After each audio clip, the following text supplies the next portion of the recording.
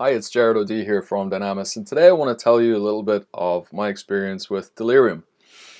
And I'll tell you a story about a family friend of ours who was an elderly lady in her 70s who took a tumble in her back garden one day and had to be taken to hospital to get fixed up. While she was at hospital for a period of many weeks, this woman, who's normally very bright and friendly, very funny, humorous, had lots of stories, and was a very gentle soul, really. The reports started to come back from the hospital that this woman was exhibiting the most vile, aggressive, distressed, and actually violent behavior that some of the staff had ever seen in their entire careers. So this was an unbelievable change.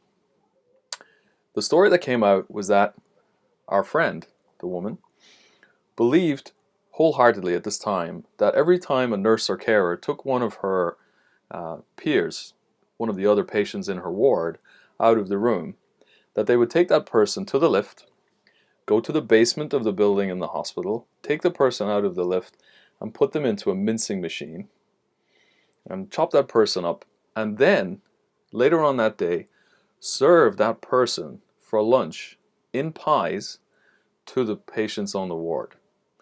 And she was absolutely convinced that this was the case.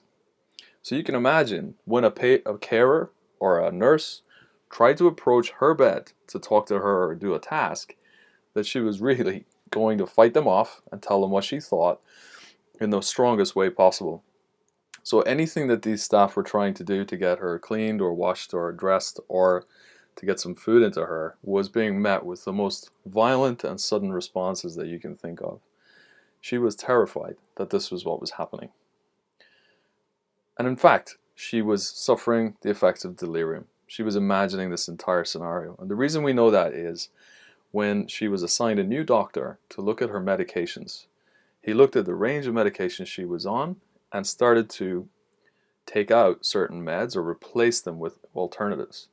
And the one day after she took out the one pink pill out of the range of medications, the delirium completely stopped, and our friend actually completely changed her impression of what the nurses and carers were doing. The delirium dropped away immediately, and she actually could remember that that's what she believed.